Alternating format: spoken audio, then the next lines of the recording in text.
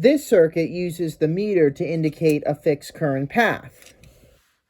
When I turn on the slide switch, the meter, which is on the low setting, deflects almost all the way to 10.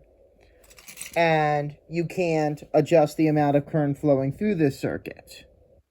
Now the resistor is here to limit the current because otherwise it might be too much for the meter and it could get damaged. So that's why it doesn't deflect all the way to 10 necessarily. Turn off the slide switch and the meter goes back to 0, indicating that now there's no current flowing through the circuit. This circuit allows you to measure the amount of current flowing through it according to how much light is on the photoresistor, since that determines the amount of current flowing through. With the meter set to the low setting, I'm going to turn on the slide switch, and because there's no light on the photoresistor, no current is flowing through the circuit. So the meter reads 0. But when I shine light on the sensor, the meter will deflect to the right. Now when I move the lever on the adjustable resistor all the way to the left, the photoresistor is even more sensitive to light, and therefore the meter deflects all the way to the right, indicating that a large amount of current is flowing through.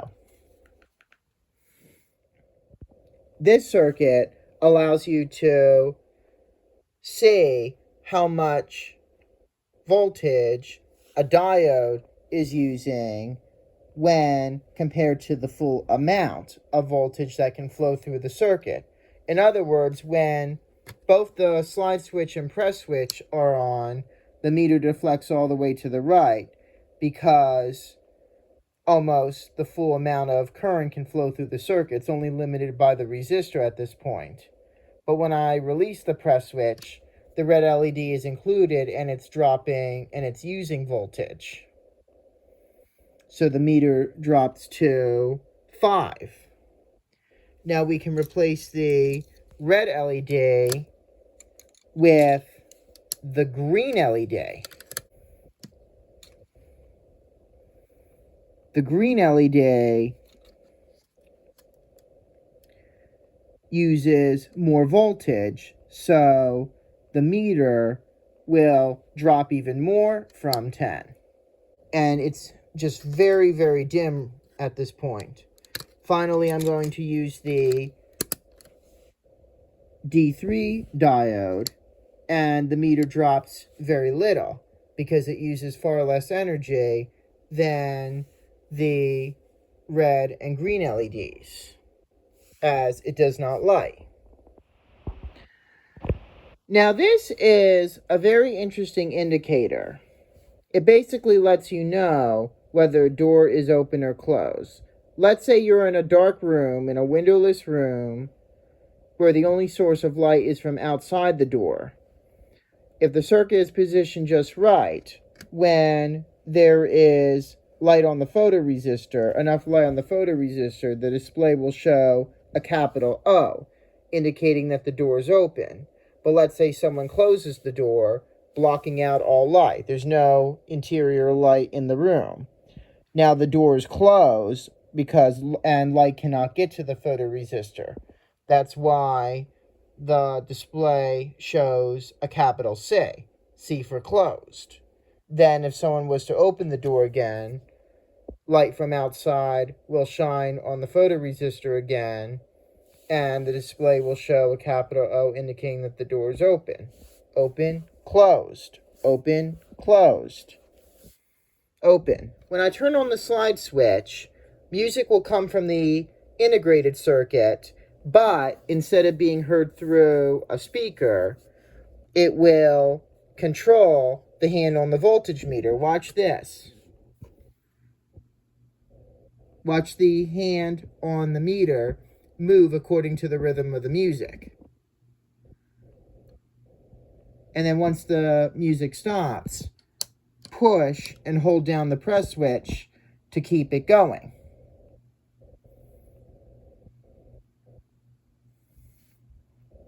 Pretty interesting, right?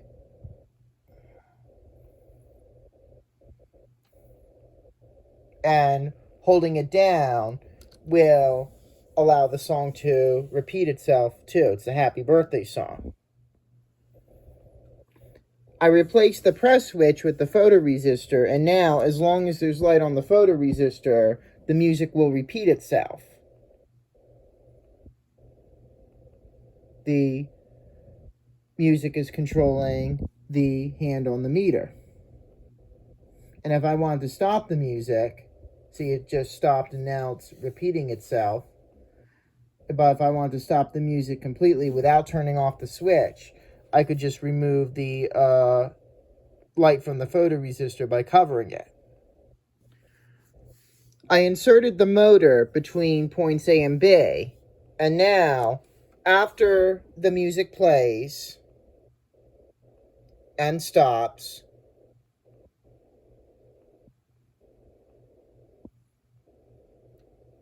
I'm going to turn the motor by hand, and the music will start again as turning the motor produces a voltage to activate the music integrated circuit.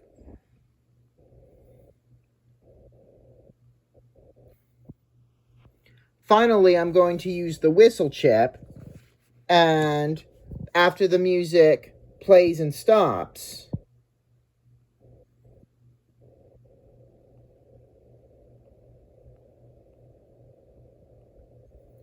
I'm going to tap the whistle chip, and the music starts up again, as you can see by the deflecting of the meter.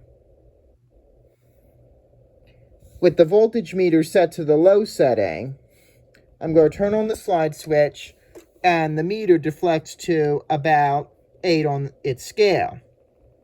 This is an example of a voltage divider with parallel load resistors. Although the voltage across the R3 and R4 resistors is the same, the current through each of these paths, however, is different, because the R3 resistor is only half the value of the R4 resistor, and therefore twice as much current flows through this resistor as it does through that one. And the lights in your house are an example of this type of circuit, because they are all connected to the same voltage, but the current will be dependent on the wattage of the bulbs being used. This is a circuit that measures the strength of a resistor. When I connect the jumper wire, the meter will deflect all the way to 10. The value of this resistor is 0, so it's not a true resistor. Instead, it's a conductor. It allows current to flow through, unlimited current to flow through. However, I am going to replace the jumper wire with the R1 resistor, but the meter still deflects way past 10 because the R1 resistor has a very low value of 100 ohm. Now I am going to try all 4 other resistors, each one becoming progressively stronger. The R2 resistor has 1000 ohm, but the meter still deflects all the way past 10. But let's see if we notice any difference when we try the 5.1K R3 resistor. Nope. But when we get to R4, which has nearly twice as much resistance as R3, well, the meter still deflects pretty far. It does not go past 9. Yet, finally, for the grand finale, we're going to insert the 10 times more powerful R5 resistor. And look, the meter does not deflect past 1. So there's a lot of resistance flowing through the circuit now. The following 6 projects are automatic lowercase letters. First, when I turn on the slide switch and there is inadequate light on the photoresistor, a lowercase b will come on. When I shine light on the photoresistor, the b will go out. Remove the light, the b comes back on. And just repeat this with other lowercase letters, which you can make by adding or removing 2 snap wires when necessary. Lowercase c,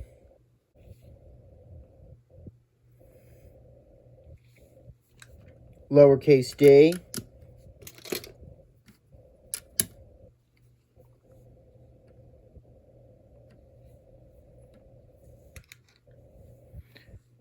lowercase e, which actually involves all but one connection.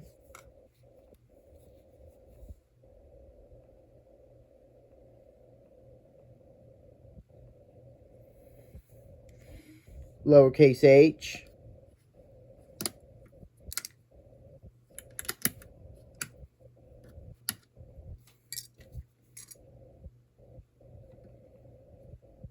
and finally a lowercase o.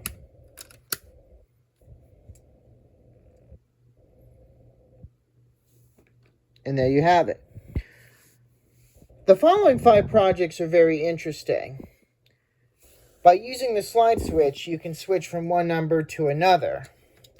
For the first project, you're going to switch from the number 1 to the number 4 by simply moving the slide switch. When you turn the slide switch off, the 4 turns back to a 1.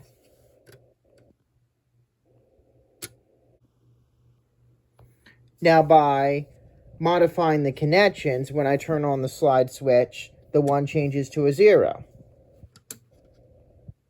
0, 1. And what's interesting is that 0 and 1 are the binary numbers for computer systems. Now, when I turn on the slide switch, the 1 becomes a 7. Turn it back off, and it's a 1 again.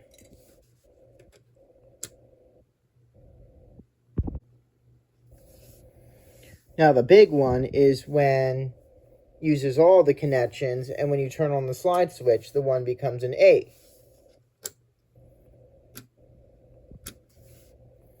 Finally, when you turn on the slide switch, the 1 becomes a 9. 9 to 1. This project allows you to monitor the charging and discharging of a capacitor using the voltage meter. For the first part, I am going to place the voltage meter between these 2 points and turn on the slide switch. The meter quickly deflects to the right and then goes back to 0. The C4 capacitor has just charged and is now filled with electricity. Now I'm going to move the meter over to these 2 points here and push and hold the press switch. The meter deflects again and then returns to 0 as the capacitor discharges through the meter. I'm going to do this one more time. Charge the capacitor by turning on the slide switch. And then after moving the meter over here, push and hold down the press switch to discharge it. This is another circuit where you can monitor electricity flowing through. I'm going to turn on the slide switch, and the meter deflects to the right because electricity is flowing from the space war integrated circuit. Then once the sound stops, push the press switch and the meter will deflect again to the right. even though you cannot hear anything. I think eventually the sound will stop. And when it does, I'll just hit the press switch again. Yep. And there you have it. The final 4 projects of Snap Circuits Pro allow you to watch the meter vibrate or swing to the rhythm of different sirens. When I turn on the slide switch and place a 3-snap wire between points C and D right here, watch the meter. It vibrates between 5 and 6 continuously. I believe this is the police car siren, which produces a warbling sound. Then I'm going to move the 3-snap wire over to points E and F and watch how much the meter deflects now. I believe that's like the Tommy gun sound. It pulsates on and off. Now, for the first variant, I am going to place the whistle chip between points G and H right here and connect a 3-snap wire between points C and D, and you hear the police car siren this time. The meter also seems to deflect further. Now I am going to connect a 3-snap wire to points A and B, and you hear a fire engine sound. And the meter seems to move more slowly.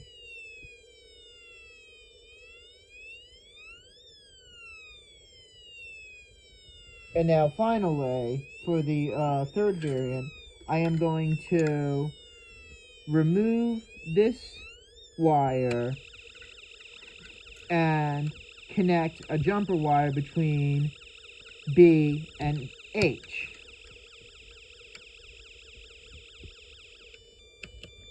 Now you hear what sounds like a European siren or an ambulance siren. And look how fast the meter deflects on the upper range. That is pretty neat. And thank you very, very much for watching the projects of Snap Circuits Pro. And I am looking forward to demonstrating those of Snap Circuits Extreme very soon.